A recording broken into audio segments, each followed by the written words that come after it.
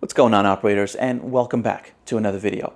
Today we'll be talking about how to talk to your family and friends about firearms. And I know that sounds a little controversial, but before we get into the meat and potatoes of this, I just want to thank moderator Dan, one of our Discord community VIPs, for suggesting this. If you'd like to do the same or just come and hang out with us, I'll leave the Discord down below. So there's a lot of great reasons to become a firearms owner in Canada, whether that's for recreation, competition, hunting, self-defense, or many other great reasons. But we're not here to force or coerce anyone to become a firearms owner. In fact, we're not even going to be talking about the process here, just how to have an open and honest conversation with our family and friends if we'd like for them to join us on the journey that we're already on.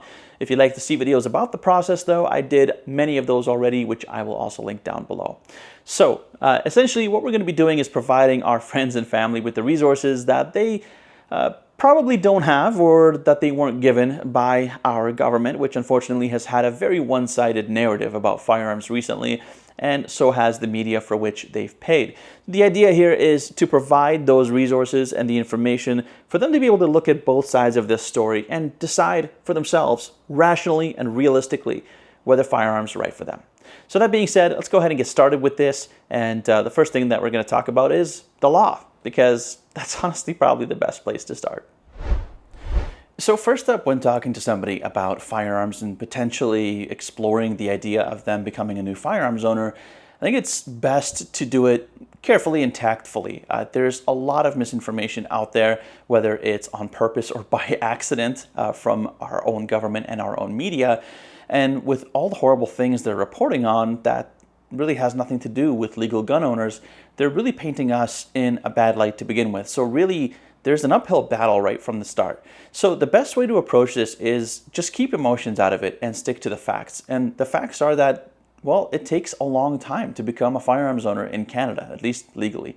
There's a lot of processes and things involved, many steps that have to be followed in order for you to even go and look at a gun to purchase. And so I think that's a great place to start when you're sitting down with someone. And even if you're not trying to, again, I don't want to say convince, but maybe give them the idea that they could become a firearms owner themselves, the good place to start there would be just to let them know what you had to go through and the processes and things that you had to follow in order to even get to where you are today.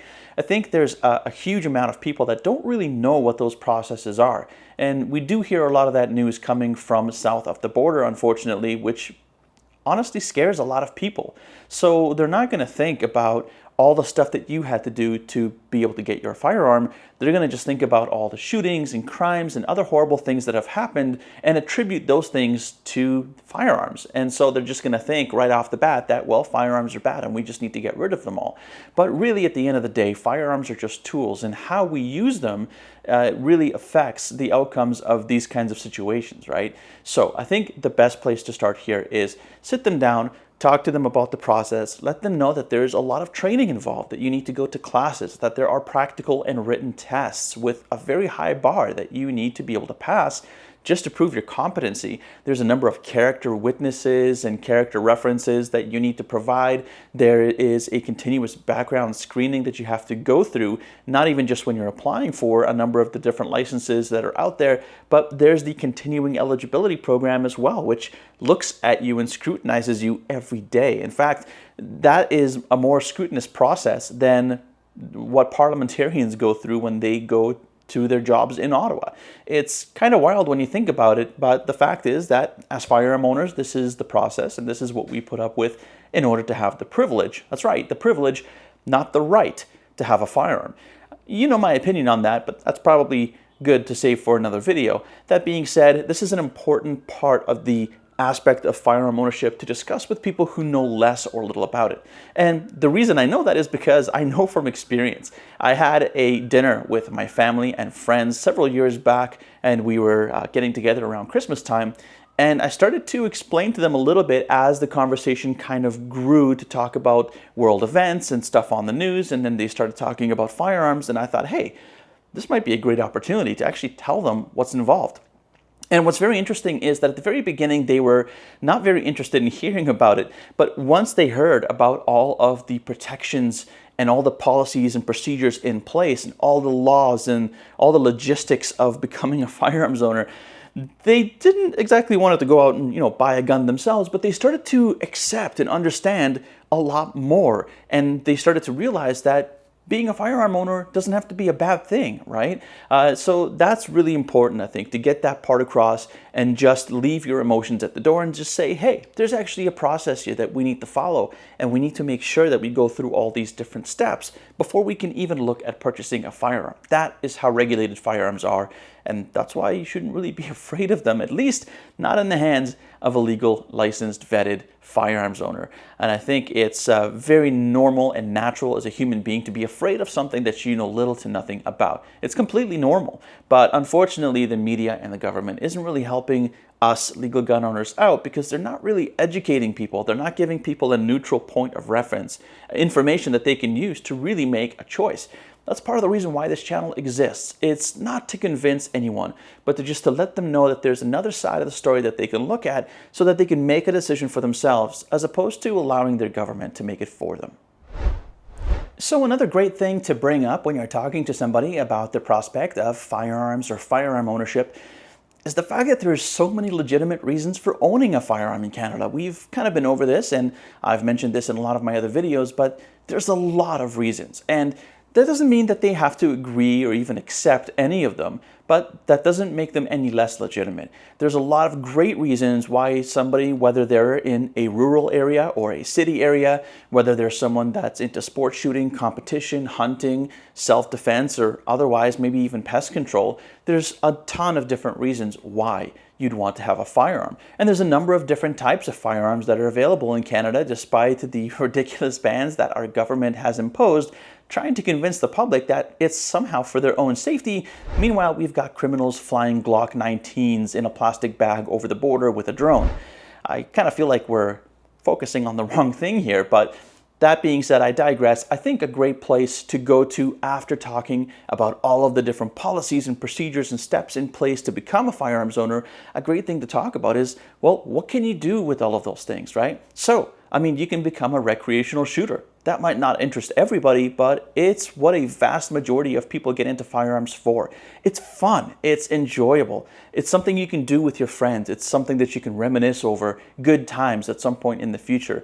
You can use this as a way of relaxing and kind of getting away from it all, going up to a range a little bit further away from the city, for example, like I do, and just shooting off about 50, 100, maybe 200 rounds, trying to get better at your actual technique and practicing to be a better shot. Perhaps maybe you want to use that practice and that technique to get into PRS or precision rifle shooting, or perhaps IPSC or IDPA or any of the other crazy amounts of technical shooting sports that you can actually compete against other people all around the country and around the world. It's incredible. We just had the Olympics going on, and as you guys know, shooting is definitely part of the Olympics. But our government is really making it very hard to even get into that, because you can't even get an exemption to get a pistol unless you're an Olympic shooter. But how could you be an Olympic shooter if you don't practice for it? So again, this kind of comes back to the whole uphill battle. But thankfully, there's a lot of other great reasons to become a firearms owner. You can be a hunter or a trapper. Whether you're living in the city or maybe in a rural area or a farm somewhere, sustenance is important to all of us. And with the instability of food and how high everything is priced these days, having the ability and the technique to hunt for your own food and put that food on your family's dinner table is going to be increasingly important. So for a lot of us, that's going to mean that we're going to have to hone those skills as a hunter to be able to find and trap and ultimately kill game that we can then use for sustenance. And that in itself is a whole new world of being a firearm owner. That goes beyond recreational and competitive shooting. Now you're using those skills for sustenance, to survive, which is a skill that you might have to use in the future in order to survive. That's actually kind of crazy if you think about it, but it's absolutely a skill that you could use very practically in the future.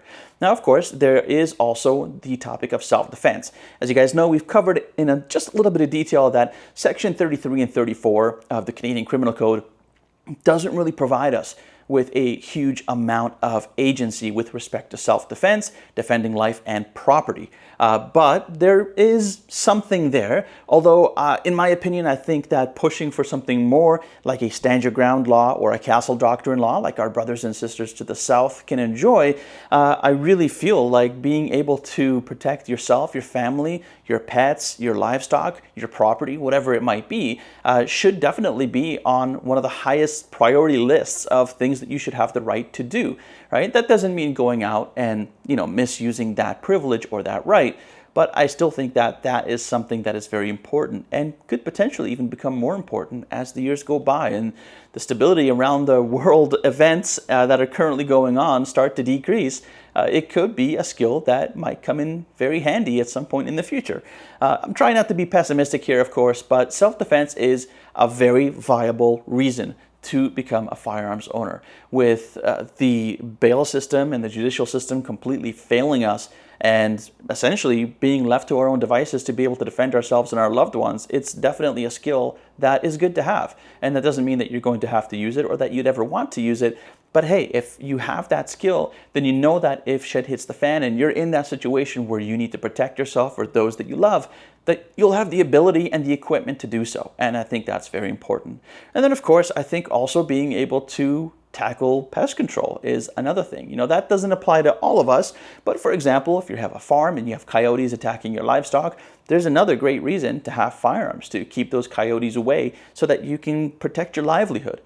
Those are all just ideas that I have as to why firearm ownership is good, but there's hundreds, if not thousands more, and it applies to different people in different ways. Whatever that is, though, it's very important to talk about with someone who is either interested in learning a little bit more about firearms so that they can make the right choice for themselves, whether they want to pursue becoming a firearm owner or they just wanted to learn more so that they have more information to make judgments about what they think about the whole situation. I think it's definitely worthwhile talking about the use cases for firearms because the way that it's portrayed in mainstream media these days is not in a particularly positive light, unfortunately. And so it paints us to people who know less or know very little as something they should be worried about, which is really not the case.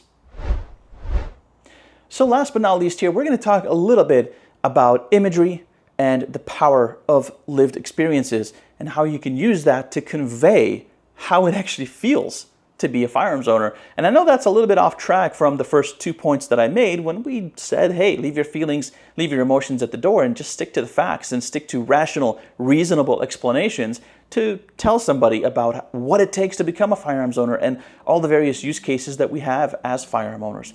However, if you've watched the news lately, you can probably agree with me that the power of imagery and lived experiences is a very convincing way to make somebody feel a certain feeling.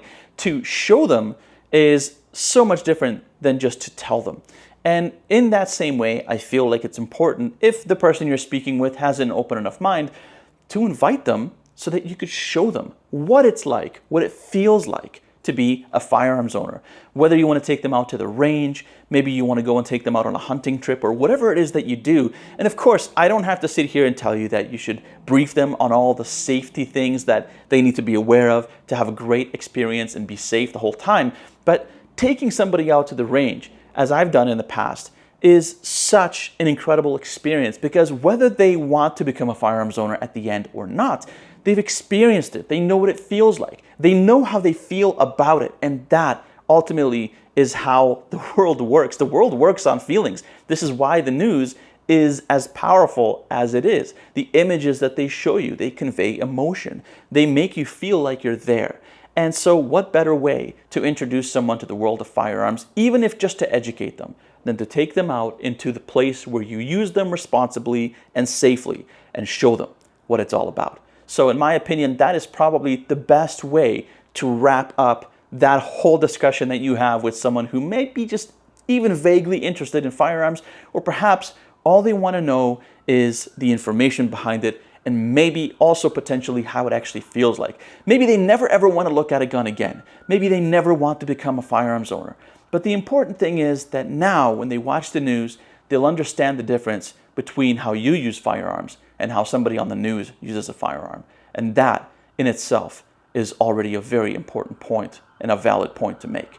So I hope that you found the video helpful. If you have your own tips on how to talk to friends and family about firearms, leave them down below. Of course, consider joining our Discord, where we have conversations like this on a daily basis with over 200 active members. And if you'd like to help support me a little bit more, then by, of course, just liking, subscribing, and sharing the video with your friends, do consider using the super thanks button below or to the side of the video. And like our wonderful VIP members, do consider becoming a VIP or a partner if you happen to be a maker or a business to help support our community and get this kind of information out to more people. Thank you so very much for watching. I hope to see you in the next one. And until then, happy shooting.